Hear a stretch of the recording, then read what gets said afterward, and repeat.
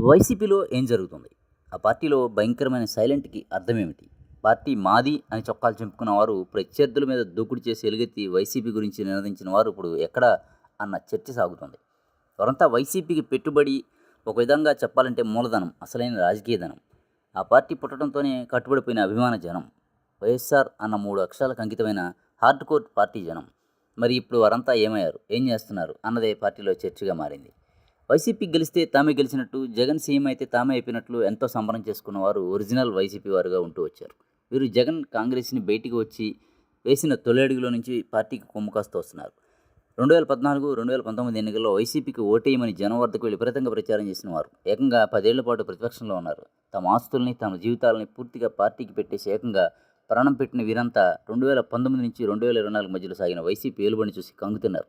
జగన్ అధికారంలోకి రావడంతో తమను విస్మరించడం, పాలనంతా తనదైన ఏకపక్ష ధోరణితో సాగించడంతో వీరు నాటి నుంచే పక్కకు తప్పుకున్నారు.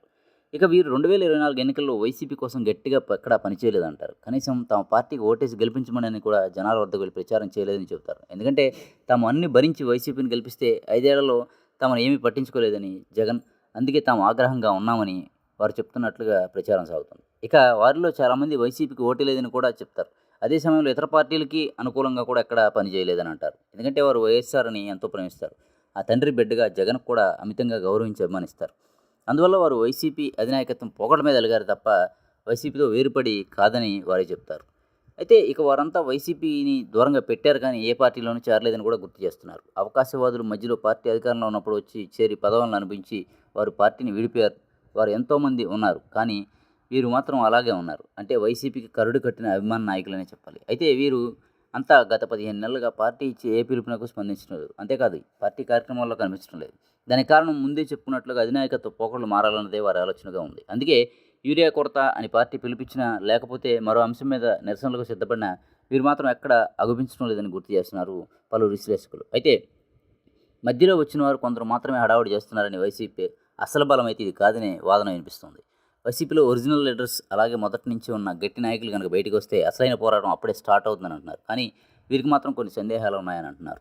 జగన్ కోసం, పార్టీ కోసం తాము బయటకు వచ్చి ఆందోళన చేసిన కూటమి ప్రభుత్వం కేసులు పెడితే రేపటి రోజున జగన్ మళ్ళీ అధికారంలోకి వస్తే తమను ఆదుకుంటారా, తమ మీద పెట్టిన కేసుల్ని తొలగిస్తారా అన్న దాంట్లో సైతం వారికి ఎలాంటి నమ్మకం కుదరటం లేదని అంటున్నారు.